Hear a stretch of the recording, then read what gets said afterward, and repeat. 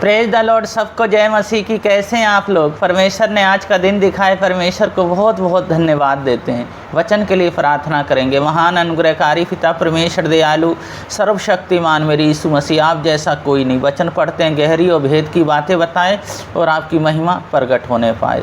Holi spirit, thank you Jesus. सारा गौरव आदर महिमा आपको देते हैं, उद्धारकर्ता यीशु मसीह के नाम से मांगते हैं, आमीन। वचन पढ़ेंगे मत्ती 18 अध्याय उसका 10 पद से 14 पद तक। देखो, तुम इन छोटों में से किसी को भी तुच्छ ना जानना, क्योंकि मैं तुमसे कहता हूँ कि स्वर्ग में उसके दूत मेरे स्वर्गीय पिता के मुँह सदा देखते हैं, क्योंकि मनुष्य का पुत्र खोए हुए को बचाने आया। तुम क्या सोचते हो, यदि किसी मनुष्य की 100 भेड़ें हों और उसमें से एक भटक जाए, तो क्या वे 99 को छोड़कर और पहाड़ पर जाकर उस भटकी हुई को ना ढूंढेगा?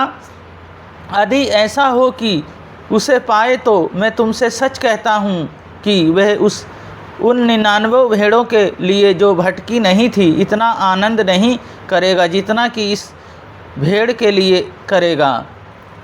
ऐसा ही तुम्हारे पिता की जो स्वर्ग में है, यह इच्छा नहीं कि इन छोटों में से एक नष्ट हो।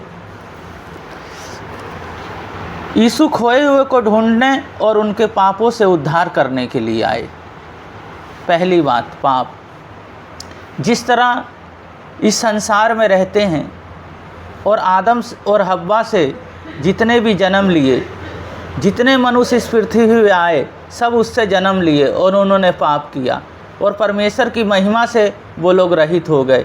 यीशु मसीह आए खोजने के लिए, मनुष्य रूप लिया, उन्होंने मनुष्य रूप धारण किया और कुंवारी से जन्मे और हमारे लिए वो इस जगत में आए, हमारे पापों से उद्धार करने के लिए। शास्त्री और फरीसी कहते हैं तो पापियों को यहाँ खाता और उनके यहाँ पीता है, पर यीशु मसीह कहते हैं वेद भले चंगों के लिए नहीं, बीमारों के लिए है। मैं धर्मियों के लिए नहीं, पापियों के लिए आया हूँ।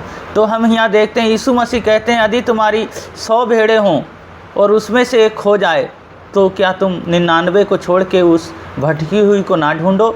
जब वो मिल जाती है तो आनंद तुम करते हो। इसी तरह जब कोई अपना मन फिरा के यीशु मसीह मान लेता है, यीशु मसीह में आता है, उसके जीवन में खुशियाँ आती हैं और स्वर्ग में लाखों सर्वदूत आनंद करते हैं।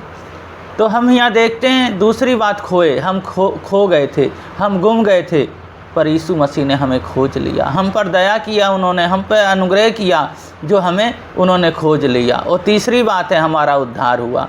अब हम स्वर्ग के वासी हैं। अब हमें अपने जीवन को उनके अनुसार अपने जीवन को जीना है, क्योंकि उन्होंने हमें चुना है। तो बड़े आनंद, बड़े खुश में और उस परमेश्वर की महिमा करते हुए हमें इस पृथ्वी पे जीना है। पर हमें यीशु मसीह बताना चाहते हैं तुम्हें किसी को भी तुच्छ नहीं जानना है, छोटे से छोटे को भी तुम्हें तुच्छ नहीं जानना है। सबके लिए तुम्हें आदर करना है, सबके लिए तुम्हें कृपा करनी है और तुम्हें किसी को भी छोटा नहीं जानना है। तो हम इसी तरह जब यीशु मसीह को जान गए, अपने जीवन को जब हमने यीशु मसीह को सौंप दिया, यीशु मसीह में जब हम चलते हैं तो उनकी बातों को मानते हैं। पहली बात है वो हमारे पापों को क्षमा करते हैं। दूसरी बात है हम खो गए थे, हमें उन्होंने ढूंढ लिया। और तीसरी बात है हमें वो उद्धार देते हैं, हमें स्वर्ग लेके जाते हैं। तो इसी तरह हम यीशु मसीह में आनंदित रहें और अपने जीवन में यीशु मसीह को बसा लें। प्रार्थना करेंगे। महान अनुग्रहकारी पिता परमेश्वर, इन बहन भाइयों को पैर के तलवे से सिर के बाल तक आपके लहू में ढकता हूँ। हर बीमारियाँ, हर दुर्बलताएँ दूर होने पाएँ और आपकी सामर्थ्य और आपकी आनंद में ये बढ़ते चले जाएं। प्रभु जी छू ले, प्रभु जी एक एक अंग प्रभु जी आपके लहू में ढकता हूँ। हर समस्याओं को, हर दुर्बलताओं को यीशु मसीह आपके नाम से चले जाए। जो शैतान प्रॉब्लम लेके आता है, यीशु मसीह के नाम से डांटता हूँ, इनके शरीरों को छोड़ के चला जा।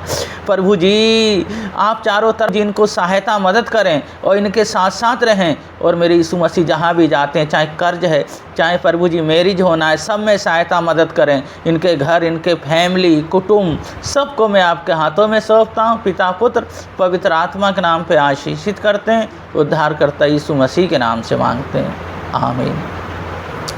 परमेश्वर हैं जो हमें हर दिन एक नया वचन देते हैं।